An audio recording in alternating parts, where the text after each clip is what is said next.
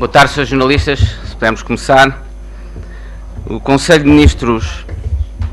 Primeiro, o Conselho de Ministros aprovou uma proposta de lei sobre o regime jurídico da recuperação financeira municipal e que regulamenta o Fundo de Apoio Municipal. Segundo, o Conselho de Ministros aprovou uma proposta de lei de alteração do Código de Trabalho. Esta proposta de lei procede à redução dos prazos de sobrevigência e caducidade das convenções coletivas.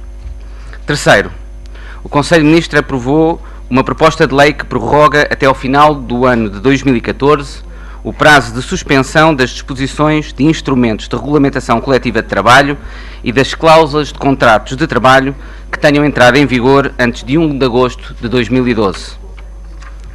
Quarto, o Conselho de Ministros aprovou, no âmbito do Ministério da Saúde, a criação do Fundo para a Investigação em Saúde. Quinto, o Conselho de Ministros aprovou a alteração do regime jurídico das farmácias de oficina. Sexto, o Conselho de Ministros aprovou os procedimentos necessários à implementação do sistema de faturação detalhada relativamente aos serviços públicos de abastecimento público de água, de saneamento de águas residuais e de gestão de resíduos urbanos. Sétimo, o Conselho de Ministros aprovou o acordo sobre as condições de exercício da atividade das frotas portuguesa e espanhola nas águas de ambos os países, entre a República Portuguesa e o Reino de Espanha. Oitavo, o Conselho de Ministros aprovou o acordo sobre o transporte aéreo entre a República Portuguesa e os Estados Unidos Mexicanos. Nono, o Conselho de Ministros aprovou uma proposta de lei relativa à solução duradoura de sustentabilidade do sistema de pensões. Décimo, o Conselho de Ministros aprovou uma resolução que determina os concorrentes admitidos a participar na fase de apresentação de propostas vinculativas do concurso público para a reprivatização da Empresa Geral de Fomento. 11º, o Conselho de Ministros aprovou uma proposta de lei sobre o regime especial aplicável aos ativos por impostos deferidos. O comunicado completo será distribuído aos senhores jornalistas. Começo por dar a palavra à Sra. Ministra de Estado e das Finanças para apresentar uma proposta de lei relativa a uma solução duradoura de sustentabilidade dos sistemas de pensões. Muito obrigada, Sr. Ministro. Boa tarde. O Conselho de Ministros aprovou hoje uma proposta de lei que reflete o conjunto de soluções, ou a solução duradoura com os seus diversos elementos relativa à sustentabilidade do sistema de pensões. Como os senhores jornalistas se recordarão, esta decisão já tinha sido tomada pelo Governo e aqui comunicada quando aprovámos o documento de estratégia orçamental e quando referimos quais seriam os componentes desta medida, e o Governo decidiu que no Conselho de Ministros de hoje aprovaria esta proposta de lei para remeter ao Parlamento e nos próximos dias aprovará também os diplomas relativos à matéria salarial no setor público. Isto tem a ver com a necessidade de clarificação sobre as medidas que estão contidas no documento de estratégia orçamental e que fazem parte do conjunto de compromissos que Portugal assumiu para o período pós-programa, que permitem simultaneamente, ou que permitem cumprir os compromissos orçamentais a que estamos obrigados enquanto membros da União Europeia e da área do euro, nomeadamente os que decorrem do Tratado Orçamental e da trajetória de consolidação das finanças públicas que o mesmo implica, e o Governo entende que deve criar as condições para que, com a maior brevidade possível, sejam esclarecidas matérias que possam colocar em causa a execuibilidade destas medidas. O conteúdo da proposta de lei, como disse, é aquele que tinha sido já aqui anunciado numa ocasião anterior e que está refletido no documento de estratégia orçamental, mas essencialmente a razão da sua apresentação neste momento, sendo que a sua entrada em vigor é apenas em 2015, é criar as condições para que, com a maior brevidade possível, haja uma clarificação sobre eventuais questões de constitucionalidade que possam vir a ser suscitadas relativamente a esta matéria. Para apresentar o mesmo diploma e as alterações à legislação laboral, dou a palavra ao Sr. Ministro da Solidariedade, Emprego e Segurança Social. Muito obrigado, muito boa tarde a todos. Em primeiro lugar, eu penso que vos posso dizer que a decisão que hoje o Governo tomou relativamente à contribuição de sustentabilidade é uma solução que conduz a uma recuperação muito significativa do rendimento de muitos pensionistas. Na verdade, com esta proposta, nenhum pensionista vai ficar pior do que estava com a SES, nenhum pensionista vai ficar sequer igual ao que estava com a SES. Todos os pensionistas vão ficar melhor do que estavam com a SES, isto é, vão recuperar rendimento. Como sabem, a SES, Contribuição Extraordinária de Solidariedade, aplicava-se às pensões da CGA e da Segurança Social acima dos 1.000 euros e com taxas que iam de 3,5% até 10% e depois, no caso das pensões mais elevadas, até aos 40%. Muitos destes pensionistas sentiram que o esforço para garantir a sustentabilidade dos sistemas de reformas lhes era exclusivamente ou essencialmente pedido a eles. Nesse sentido, a solução que hoje o Governo aprovou permite um alívio desse sacrifício pedido aos pensionistas. O Governo aprova uma proposta que assenta numa contribuição que substitui a SES e que, mais uma vez, só se aplica a reformas superiores a 1.000 euros, quer na CGA como na Segurança Social. Isto significa que um reformado, um pensionista com uma pensão até 1.000 euros não pagará, tal como já não pagava no quadro da SES.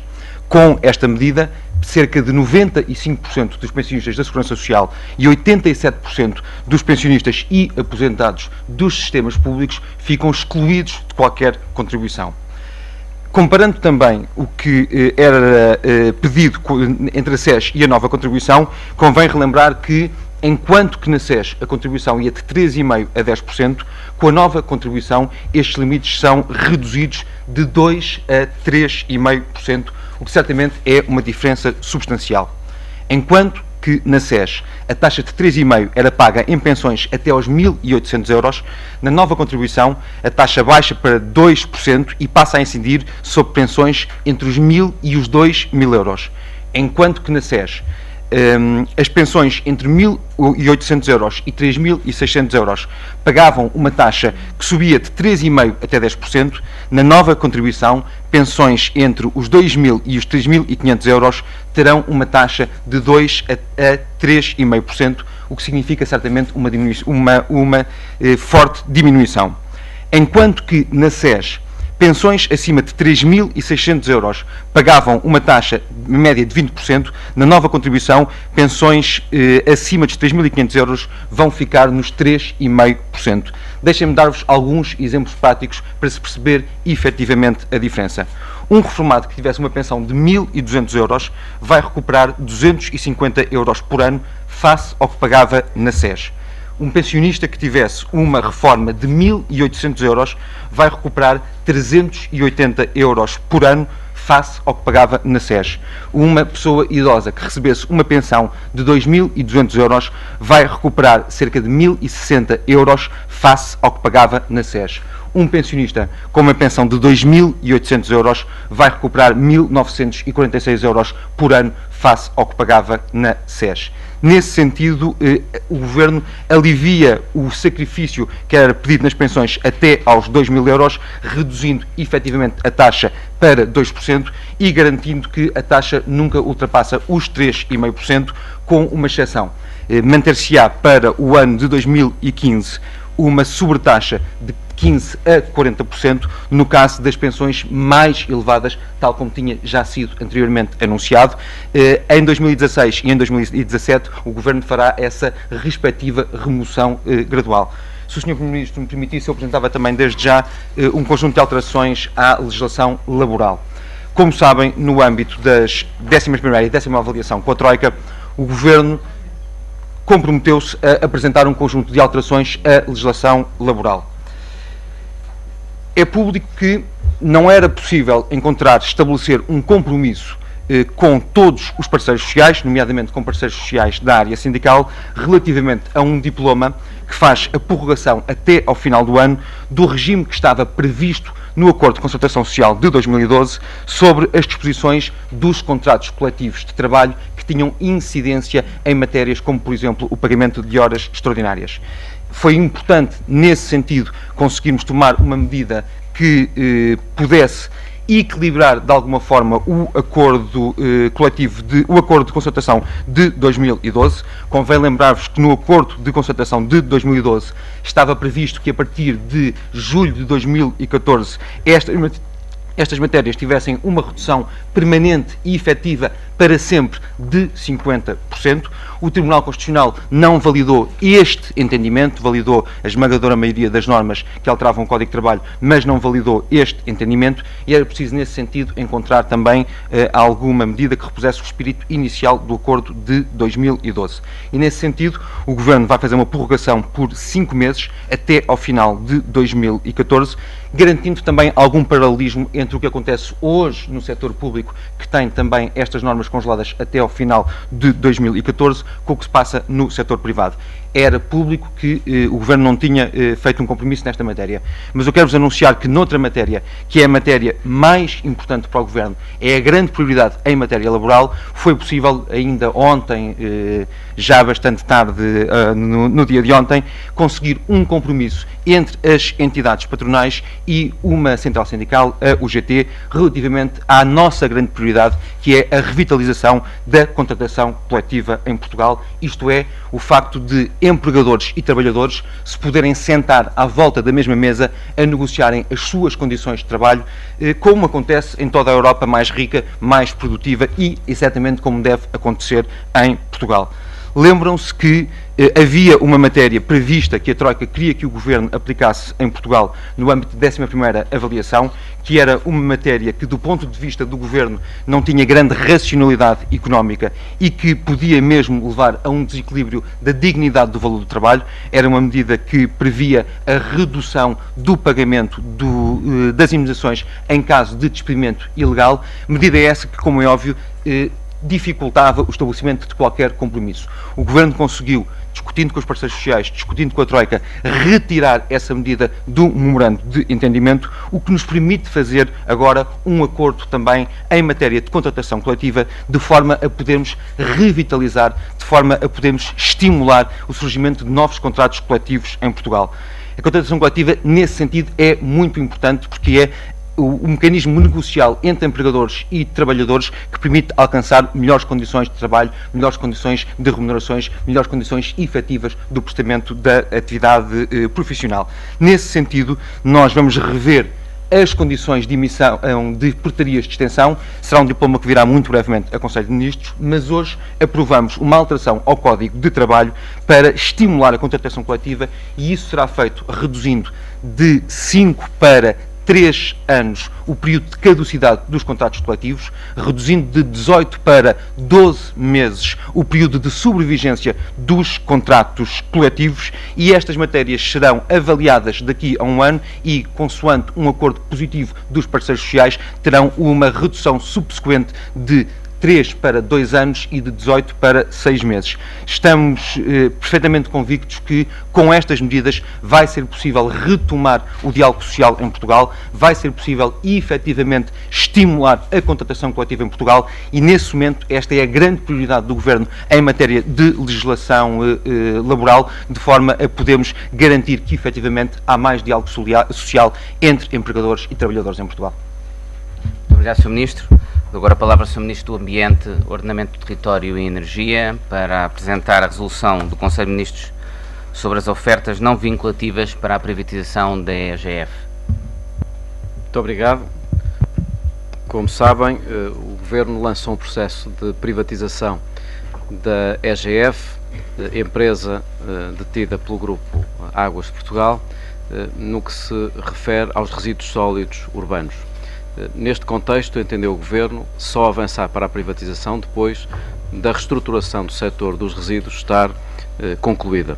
Foi essa razão que motivou um quadro muito alargado de reformas que permitiu aprovar um novo regulamento tarifário que reduz as tarifas em relação àquilo que estava previsto, uma vez que elimina uma longa lista de custos que poderiam ser elegíveis para a tarifa. Também neste contexto se alterou o enquadramento ambiental com metas mais ambiciosas de reciclagem, de reutilização, de desvio de aterro. Foram reforçados também os objetivos de serviço público e o caráter autónomo e independente da regulação da entidade reguladora da ERSAR. Neste processo de privatização, que, como disse, se iniciou depois de concluído este processo de reestruturação do setor dos resíduos, o Conselho de Ministros concluiu hoje a fase de análise das ofertas não vinculativas a partir do relatório apresentado pela Par Pública e pelo Grupo Águas de Portugal.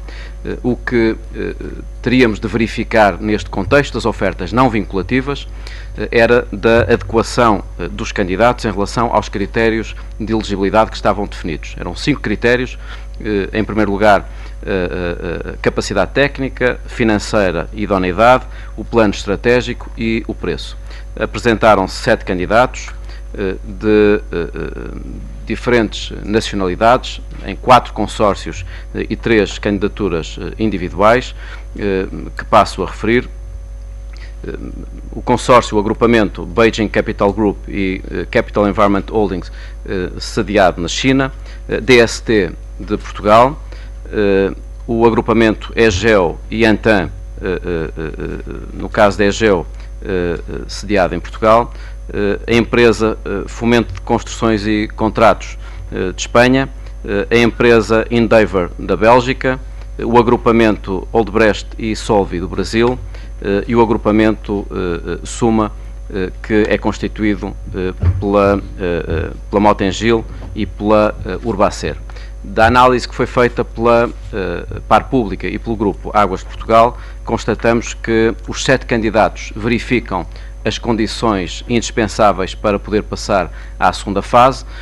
Hoje o Conselho de Ministros aprovou esta recomendação. Esperamos até 31 de julho ter o processo de avaliação das ofertas vinculativas concluído, como sempre esteve previsto. Quero concluir dizendo que a circunstância de termos 7 candidatos de diversas origens geográficas, com uma forte experiência, revela a natureza muito competitiva deste processo de privatização e, por outro lado, vem uma vez mais comprovar aquilo que tenho referido por diversas vezes, tal como o Secretário de Estado das Finanças, que garante que todo o enquadramento regulatório foi realizado de uma forma competente e eficiente, e isso era essencial, por um lado, para garantir a competitividade do processo e, por outro lado, para garantir a salvaguarda dos interesses dos cidadãos no plano ambiental, no plano económico e no plano da qualidade do serviço prestado. Muito obrigado. Dou a palavra ao Sr. Secretário de Estado das Finanças, também para falar sobre a mesma resolução. Muito obrigado, Sr. Ministro. Complementava apenas o que o Sr. Ministro referiu há pouco, dando nota que do elevado interesse manifestado pelos investidores, foram 82 entidades que manifestaram interesse, 21 entidades solicitaram o acordo de confidencialidade, das quais 12 subscreveram este mesmo acordo e efetuaram um depósito de 10.000 euros, das quais 7 apresentaram a oferta preliminar e não vinculativa. Acrescentava também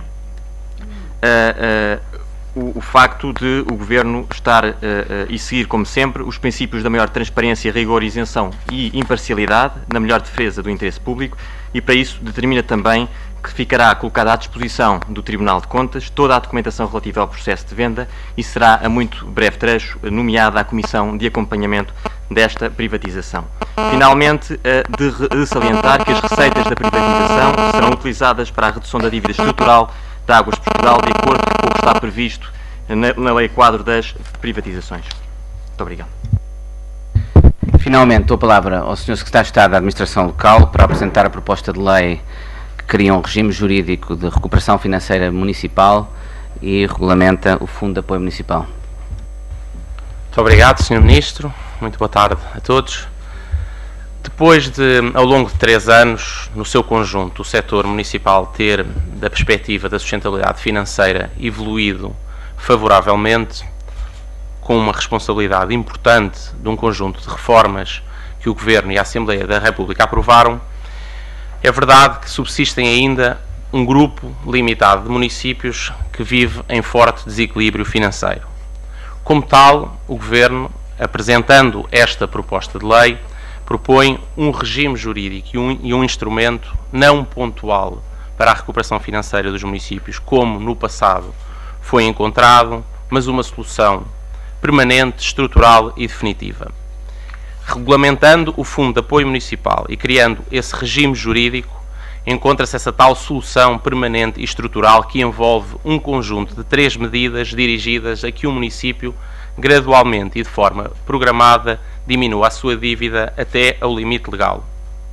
Esta solução que aqui se propõe respeita, nos seus traços essenciais, o que está previsto na Lei das Finanças Locais de 2013, na sequência de um acordo entre o Governo e a Associação Nacional de Municípios de julho do ano passado. Este mecanismo prevê e propõe um esforço de várias partes. Em primeiro lugar, do município que é apoiado por este Fundo de Apoio Municipal, o qual tem que propor e adotar e contratualizar com o Fundo um programa de ajustamento municipal com um conjunto de medidas. Uma sujeição a informação e monitorização por esse Fundo de Apoio Municipal e, finalmente, sujeição também a regras rigorosas de responsabilização para casos de incumprimento. Mas este mecanismo e este fundo pedem também um esforço aos credores, aos quais é pedido a participação num processo voluntário de renegociação das respectivas dívidas. Este regime, que é naturalmente de uma negociação voluntária, prevê, contudo, alguns incentivos a que essa negociação possa ser concluída de uma forma que contribua para a sustentabilidade das finanças públicas municipais. Contudo, também porque há um conjunto numeroso de pequenos credores, esses podem ser excluídos e afastados sem necessidade da obrigação de negociação. Finalmente, este mecanismo prevê também um esforço importante, quer do Estado, quer de todos os municípios portugueses. O Estado, desde logo, porque em primeira linha e no plano imediato, disponibiliza na totalidade as necessidades financeiras para a assistência aos municípios que acorram a este fundo. Mas também porque depois capitaliza parcialmente este fundo. Todos os municípios portugueses, porque também ao longo de vários anos e numa taxa de esforço anual que se pode a todos os títulos considerar moderada, capitalizam este fundo. Estamos a falar da constituição de uma aplicação financeira remunerada e eventualmente passível de reembolso de acordo com o desempenho do fundo. Este fundo terá uma dotação inicial de 650 milhões de euros. Esse capital pode ser realizado e deverá ser realizado ao longo de 5 anos, iniciando-se em 2015. É importante destacar também que esse esforço de todos os municípios é distribuído de acordo com a sua capacidade contributiva, isto é, com o volume de receitas relativo que cada um recebe em cada ano. É importante dizer que este esforço que é pedido ao Estado e a todos os municípios portugueses é não apenas uma obrigação legal já prevista na Lei das Finanças Locais, é também um exercício e um esforço de solidariedade muito em linha com aquilo que Portugal pôde não apenas beneficiar, mas também foi chamada a realizar no contexto europeu nos últimos anos, mas é também um esforço que gera um benefício coletivo. É importante destacar que esta solução, este Fundo de Apoio Municipal e este regime com um conjunto de medidas de ajustamento, renegociação da dívida e assistência financeira pelo Fundo, criam uma solução que não é apenas permanente, mas é também uma solução que reforça a segurança, a qualidade e a previsibilidade do crédito municipal no seu conjunto. É por isso uma solução que beneficia todos os municípios na medida em que o seu acesso ao crédito e as condições têm essa melhoria resultante da existência deste mecanismo.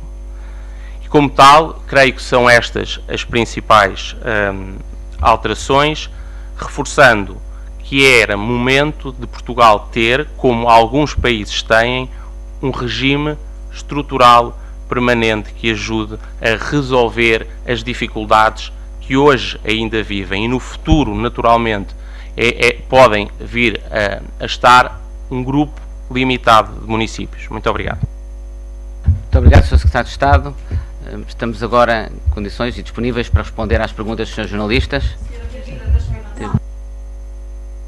VI, queria pedir 2 esclarecimentos muito rápidos, um deles relativamente às medidas, enfim, mais definitivas, digamos assim, nas pensões, se a contribuição de sustentabilidade foi a única das medidas que estava prevista no DEU, que foi discutida neste Conselho de Ministros, portanto, se o aumento da TSU e da taxa normal do IVA, por exemplo, não foram discutidas para já, e um segundo esclarecimento também muito rápido, saber se, uma vez que pretendem saber o quanto antes qual é que é a posição do Tribunal Constitucional sobre estas matérias, se este é o tipo de lei que terá de ser enviada para fiscalização preventiva por parte do Presidente da República.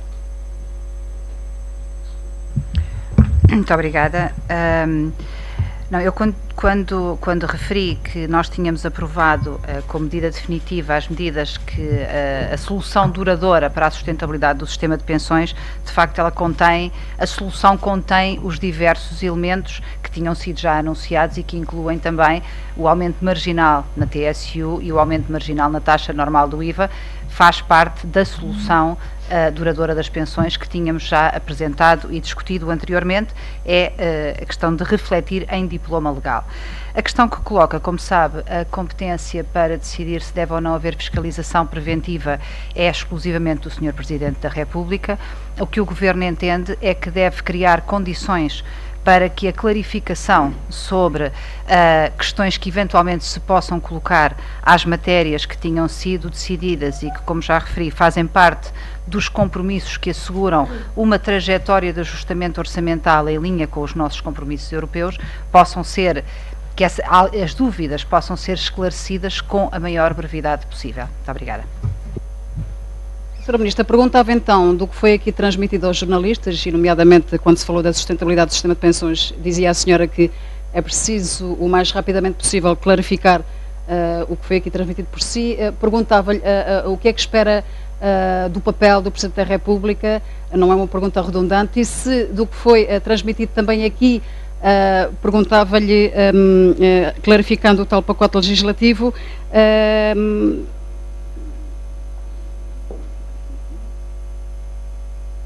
peço desculpa, perdi-me. Já volto a formular a pergunta. Peço desculpa.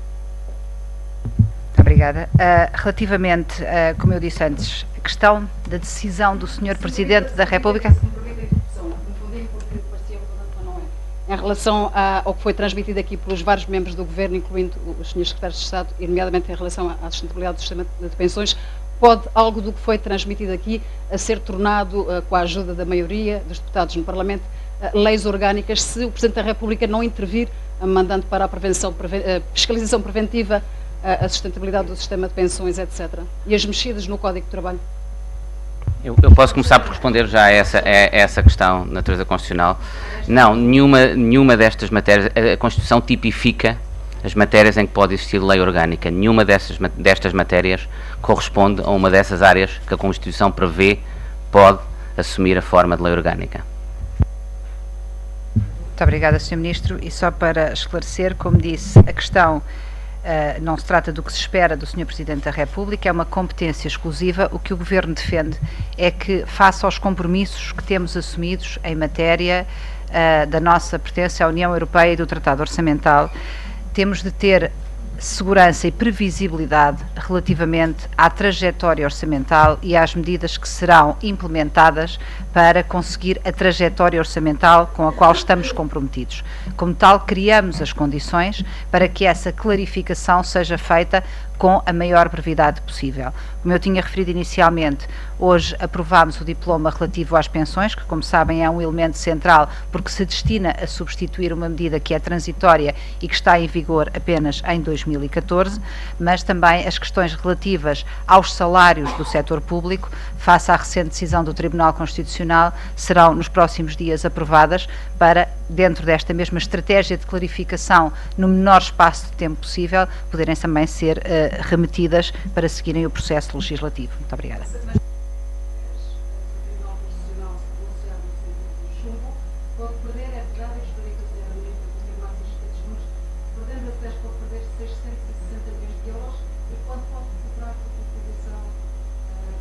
Há indicações que sejam 372 milhões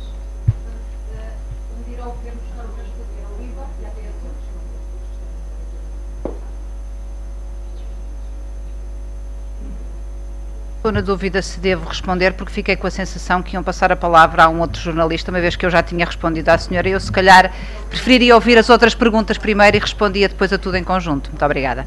Uma das minhas questões, sim, Joana Nabais da SIC, boa tarde, Srs. Ministros, Srs. Secretários de Estado. Uma das minhas questões tem também a ver com isso, e que tem a ver com a aprovação, esta estratégia de aprovação antecipada de medidas que estavam previstas para 2015. E a minha questão é, se esta aprovação antecipada pode servir também para a antecipação de algumas dessas medidas. Imagine-se que a SES é travada pelo Tribunal Constitucional, a contribuição de sustentabilidade pode avançar já este ano, ou isso é completamente carta fora do baralho.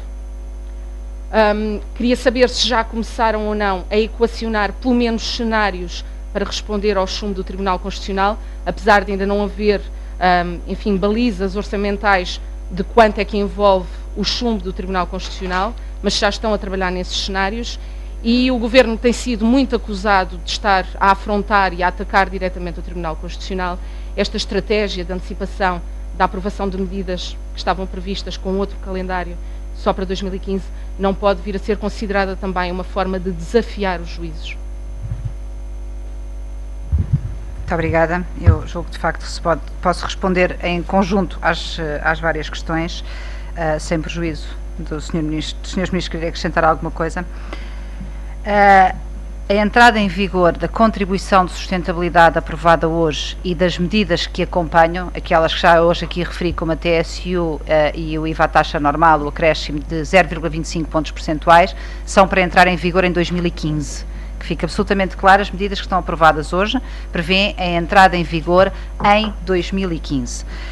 Quanto à questão que coloca, se a SES não for aprovada ou não for validada pelo Tribunal Constitucional, e quais são os cenários, a questão é exatamente essa. Nós, neste momento, não temos definida a dimensão do problema para 2014 e, sem se conhecer a dimensão de um problema, não se podem articular soluções. Isto não pode ser feito de uma forma parcelar, porque a imprevisibilidade e a incerteza que isso introduz, quer nas expectativas legítimas das famílias e dos agentes que são abrangidos diretamente por estas medidas, quer quanto às eventuais consequências de compensações, a incerteza que isso gera em todas as decisões de consumo e de investimento.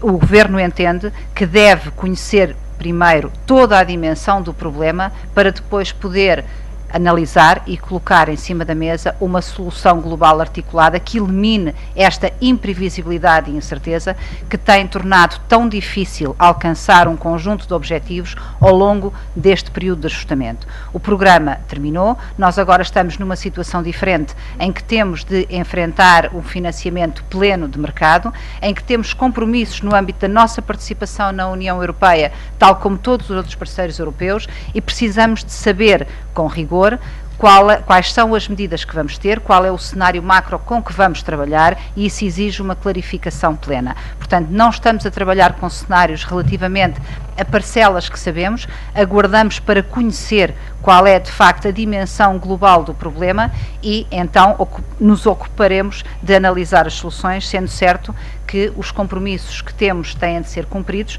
e, como tal, alguma solução terá de ser encontrada relativamente a esta questão.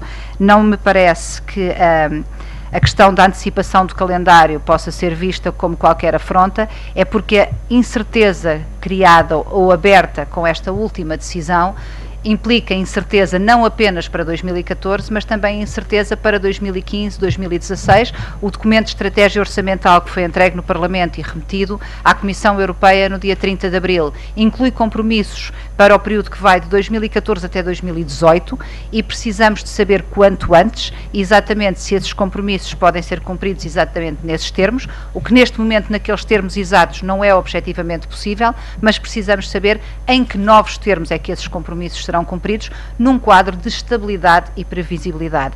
Esta incerteza cria enormes angústias e insegurança nos portugueses em geral, cria efeitos negativos sobre as decisões de investimento e sobre a atividade económica, e a estratégia do Governo de clarificação é exatamente reduzir ou eliminar essa incerteza e sabermos exatamente o que é que podemos e devemos fazer daqui para a frente. Muito obrigada. só acrescentar relativamente à questão do Tribunal Constitucional o seguinte: o Governo tem agido e continuará sempre a agir num quadro profundamente institucional.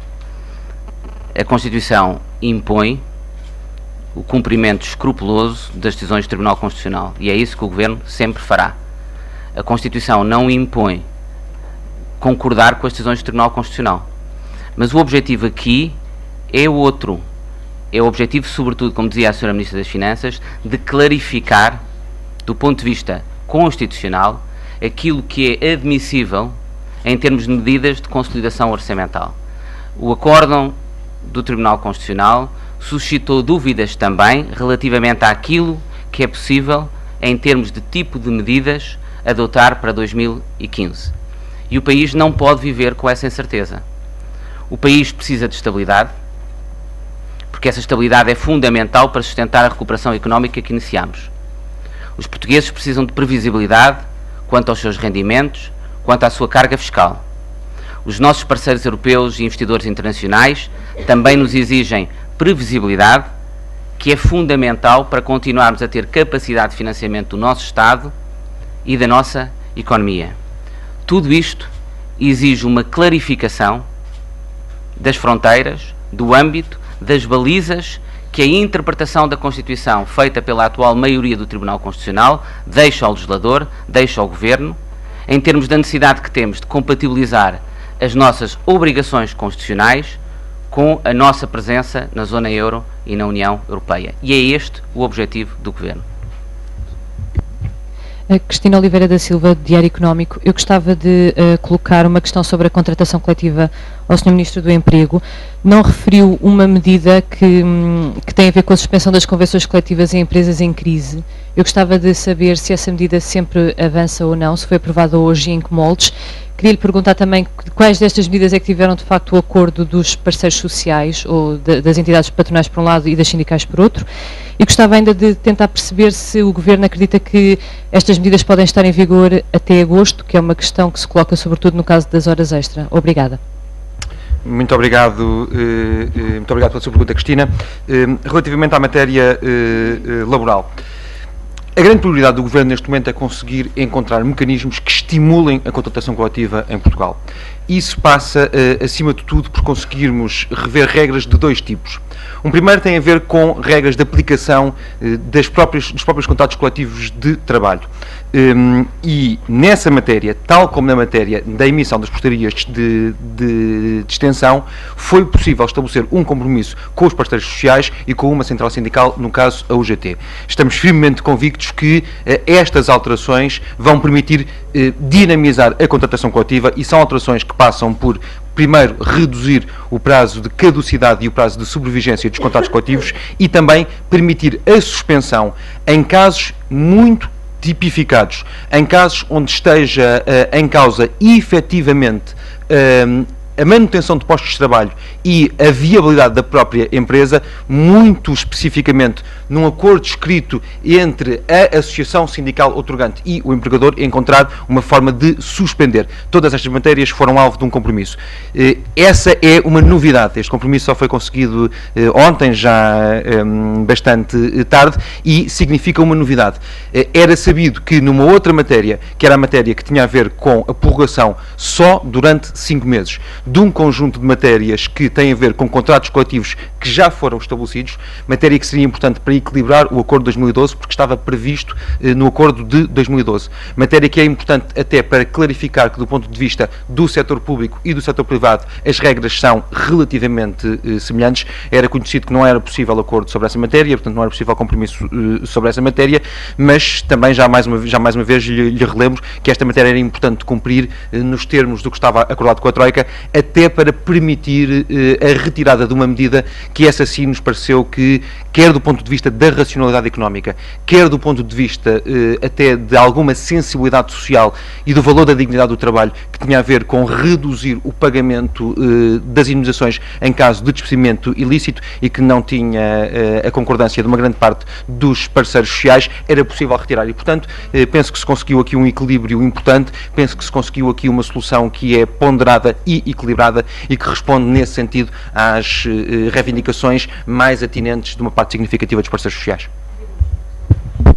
Quanto aos processos legislativos, como sabe, esta matéria seguirá agora para o Parlamento, terá os seus trâmites no Parlamento. Do ponto de vista dos prazos, esse prazo é execuível, mas é uma matéria que depende do Parlamento e, como é óbvio, o Governo não se intromete na esfera de competências de outros órgãos de soberania. Boa tarde, Catarina Pereira, do Jornal de Negócios. O Sr. Ministro do Emprego, gostava de perguntar como é que vai funcionar a fórmula de atualização das pensões. Se prevê que as pensões fiquem congeladas durante vários anos e se essa fórmula se aplicará a todas as pensões ou se deixará de fora as pensões mais baixas. Finalmente, gostava só que me confirmasse uma informação se os fundos de pensões privados também serão abrangidos por esta contribuição permanente. À Sra. Ministra das Finanças, gostava de fazer duas perguntas relacionadas com salários.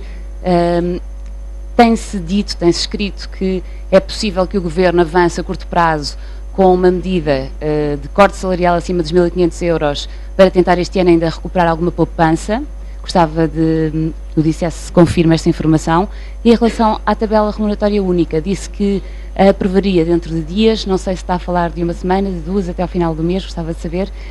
E gostava de saber como é que vai fazer o desenho dessa tabela, tendo em conta que em abril nos explicou que estava a contar manter 80% dos cortes em vigor este ano e esses cortes, entretanto, foram declarados inconstitucionais. Obrigada.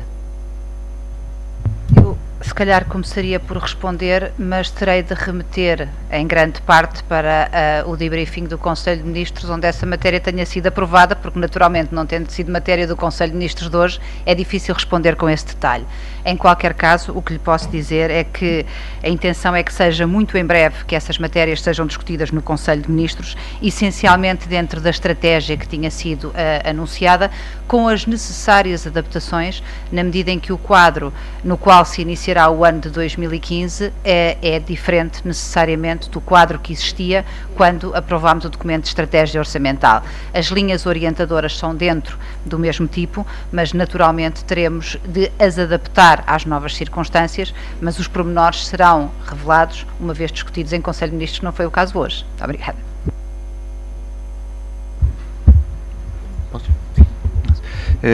Muito obrigado pela questão relativa às pensões mínimas. Como sabe, tem sido uma política estrutural do Governo a salvaguarda dos pensionistas com pensões mínimas, sociais e rurais.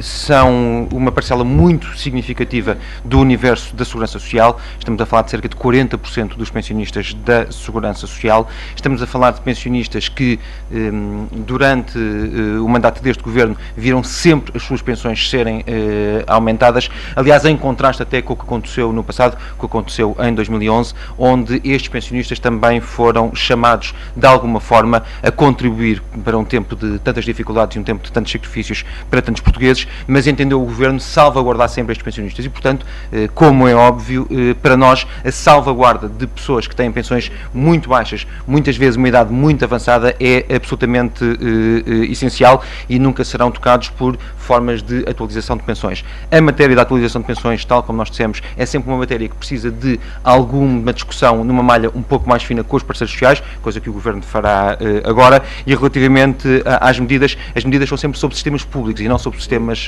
complementares, como já tínhamos a oportunidade de esclarecer.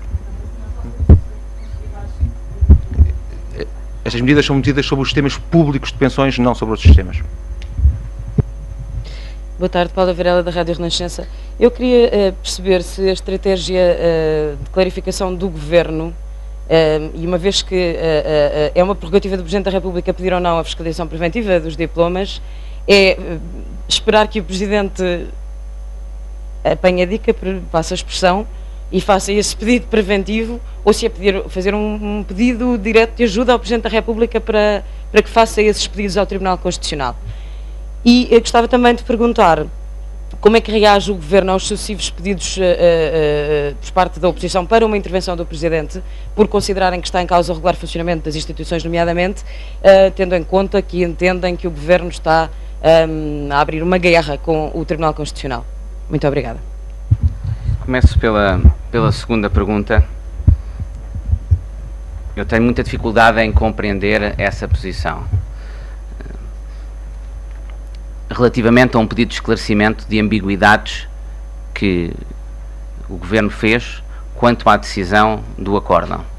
Pedido esse que visa, em primeiro lugar, clarificar situações que são muito importantes a nível do impacto concreto nas pessoas. Desde logo, quanto ao subsídio de férias, se a interpretação que fizermos do acórdão e da decisão for uma interpretação literal, vai haver um impacto desigual quanto às consequências da decisão. E é apenas isso que o Governo pretende. Mas gostaria de lembrar outra coisa. Gostaria de lembrar que o Presidente da República, Mário Soares, suscitou a nulidade de um acordo no Tribunal Constitucional por razões semelhantes. Gostaria de recordar que um Governo socialista liderado pelo engenheiro António Guterres suscitou também a aclaração de um acordo no Tribunal Constitucional. Nunca ninguém fez sugestões de afronta constitucional ou de crise constitucional no país a esse respeito. Nós não podemos viver num Estado, numa democracia, num ambiente político, em que há dois pesos e duas medidas consoante a cor política dos governos em causa. Isso é que me parece muito importante. Quanto à questão concreta do Presidente da República, o Governo não interfere nem se pronuncia sobre o exercício de competências e prerrogativas do Sr. Presidente da República. Aquilo que o Governo faz e está a fazer é, do ponto de vista do Governo, adotar estas medidas o mais cedo possível para permitir uma clarificação o mais rápido possível da margem que existe à ação governativa e legislativa em matéria de medidas que são fundamentais para compatibilizar aquilo que são as nossas obrigações constitucionais com as nossas obrigações europeias. O Ministro das Finanças também queria dizer algo a este respeito. A questão aqui trata-se de que não é possível clarificar esta incerteza sem haver uma legislação sobre a qual a pergunta possa incidir. Desse ponto de vista, o que o Governo faz é aquilo que está ao seu alcance, criar as condições, avançando com o processo legislativo. Aquilo que se seguirá entra em matéria de competência de outros órgãos de soberania que não diretamente do Governo. A nossa posição é que quanto mais rapidamente as dúvidas forem clarificadas, melhor, porque resolve o problema da incerteza e clarifica verdadeiramente aquilo que faremos a seguir. Eu queria só aproveitar para explicar relativamente a esta questão da aclaração e da matéria dos subsídios, porque me parece realmente importante que as pessoas possam perceber o que é que está em causa. Quando o Orçamento de Estado foi aprovado, determinou-se que o subsídio de Natal seria pago em duodécimos a todos os trabalhadores do setor público. O subsídio de férias à administração pública é pago no mês de junho. Mas o subsídio de férias nas empresas do setor empresarial do Estado, que também são abrangidas pelas mesmas normas, tem regras diferentes de pagamento. Neste momento, há pessoas que já receberam o subsídio de férias por inteiro com os cortes que a lei impunha. Há outras pessoas que, usando uma prerrogativa da lei, optaram por receber 50% do subsídio de férias em duodécimos. Já receberam pelo menos uma parte. O que o Governo pretende saber é como deve interpretar a decisão do Tribunal Constitucional para compreender, uma vez que há objetivamente subsídios que já foram pagos com cortes e outros subsídios que só serão pagos para a frente, qual deve ser o tratamento a dar. Relativamente à questão de serem pagos ou não pagos em junho, que também tem criado alguma incerteza e algum desconforto, aproveito a oportunidade para explicar que em matéria de orçamento, a generalidade dos serviços públicos, ou uma grande parte dos serviços públicos, tem de, no mês anterior, apresentar à Direção-Geral do Orçamento um pedido que se chama de fundos disponíveis. Face àquilo que é a sua previsão de despesa, pede à Direção-Geral do Orçamento que disponibilize o montante suficiente para fazer os pagamentos. Quando esses pedidos foram feitos, não era conhecida a decisão do Tribunal Constitucional. Há, assim, um conjunto grande, não sabemos exatamente quanto, mas haverá muitos serviços que não dispõem de fundos disponíveis suficientes para fazer a reposição no imediato. Além disso, há muitos casos, há que fazer adaptações aos sistemas informáticos. Isto para esclarecer que poderá haver situações de serviços públicos que no mês de junho irão já processar as remunerações sem cortes, haverá outros que irão processar as remunerações com cortes. No mês de julho, proceder-se-ão aos acertos que tiverem de ser processados, quer no caso onde tenham sido processados com cortes que seja necessário repor, quer se eventualmente a decisão vier no sentido de que o subsídio de férias, sobre o subsídio de férias deveriam incidir cortes, far-se um acerto de sentido contrário. Mas para esclarecer que o que está aqui em causa é uma clarificação do que se pretende e o que poderá impedir o pagamento a toda a gente já em junho das remunerações sem cortes são questões meramente operacionais e não mais do que isso. São processos complexos, em alguns casos simplesmente não há tempo útil. Não podemos correr o risco de chegar ao dia 20 e as pessoas não receberem o salário. Muito obrigada. Natália Carvalho, da parte da minha pergunta era precisamente essa que acabo de obter a resposta por parte da Sra. Ministra. De qualquer forma, fica uma segunda parte ainda por esclarecer, tem a ver com a última tranche da Troika que está por pagar e, segundo informações, não será processada enquanto o Governo não esclarecer a Troika que medidas substitutivas vai encontrar para tapar, e eu peço desculpa pela expressão, mas é mais rápido, tapar o buraco criado pela decisão do Tribunal Constitucional. E a pergunta é, quando é que o Governo vai responder e se não está preocupado com a falta de pagamento dessa última tranche? Muito obrigada. Bom, naturalmente que o Governo está preocupado. Está preocupado com a questão que temos em mãos, com o facto de neste momento estarem postas em causa as metas e os compromissos assumidos, mas como já tive aqui a ocasião de explicar, nós só poderemos encontrar uma solução quando soubermos qual é o tamanho do problema, para não termos soluções parcelares e para continuarmos numa situação de instabilidade e incerteza relativamente ao que se segue. A última tranche, de facto, está dependente de serem encontradas medidas substitutivas do que vier a ser a dimensão efetiva do problema orçamental para 2014, para além de termos de resolver também o problema para 2015 e seguintes, porque o ponto de partida é obviamente diferente. Não sabemos quando é que isso será possível.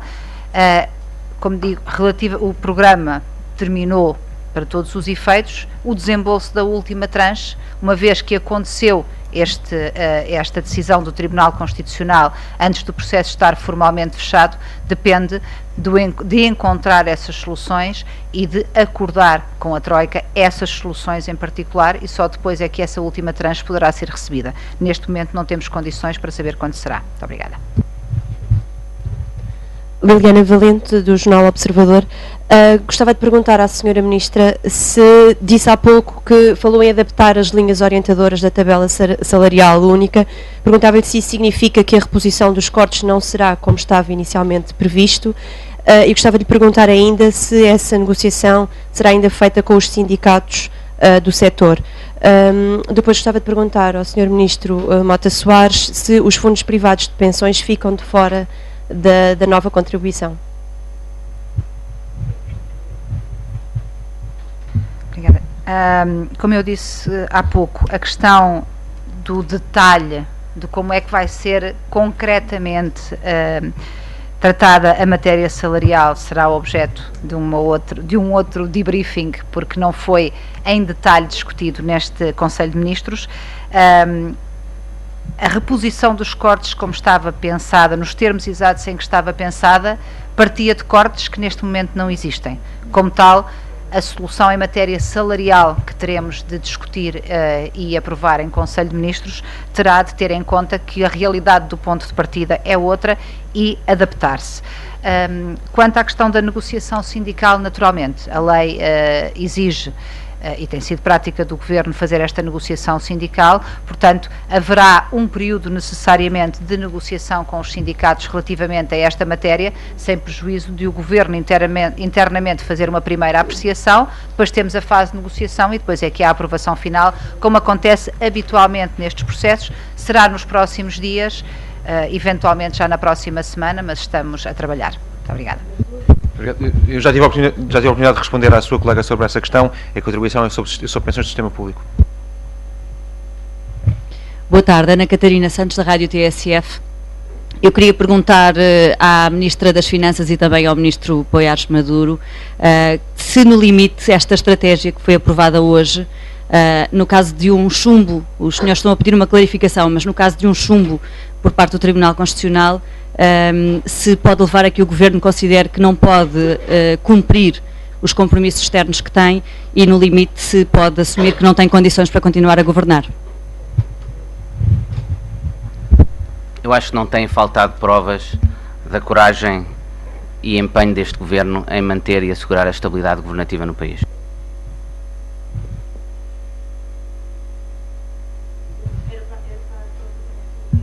Mas eu não tenho nada a acrescentar. Muito obrigada. Sim. Primeiro queria só um esclarecimento que a Sra. Ministra das Finanças disse há pouco, que a solução de sustentabilidade inclui também a questão, o aumento da TSU e do IVA. Eu queria perceber se esse pacote todo foi aprovado hoje ou se foi apenas a proposta de lei relativa à contribuição sobre as pensões. E se não foi, quando é que vai ser a aprovação relativa à TSU e ao IVA, embora a entrada em vigor seja apenas em 2015. E depois, queria só clarificar, em relação às medidas substitutivas daquelas que foram chumbadas pelo Tribunal Constitucional, pelo acórdão de sexta-feira, se o Governo vai aguardar a decisão do Tribunal Constitucional em relação às medidas do orçamento retificativo antes de tomar decisões sobre essas medidas substitutivas, ou se vai também ainda aprovar pela clarificação destas agora relativas às pensões e da tabela salarial que virá proximamente. Muito obrigada. Relativamente como se recordarão, a solução duradoura das pensões é uma substituição da SES que está ainda em vigor. Tem o conjunto de medidas produz um efeito orçamental da mesma dimensão, mas seguindo aquilo que foi a interpretação do Governo da orientação do Tribunal Constitucional relativamente a esta matéria, faz uma distribuição diferente do esforço. O esforço é o mesmo, é distribuído de forma diferente. O diploma que foi hoje aprovado corporiza essa solução de conjunto, embora, reforço, é só para entrar em vigor em 2015, não é de todo para se acumular com a SES que está em vigor. Quanto às medidas substitutivas, mais uma vez, para substituir precisaremos de saber o que é que estamos a substituir, até que o Tribunal Constitucional se pronuncie sobre as medidas do orçamento retificativo, cuja verificação de constitucionalidade foi suscitada, nós não sabemos o que é que temos para substituir. Muito obrigada. Obrigado a todos.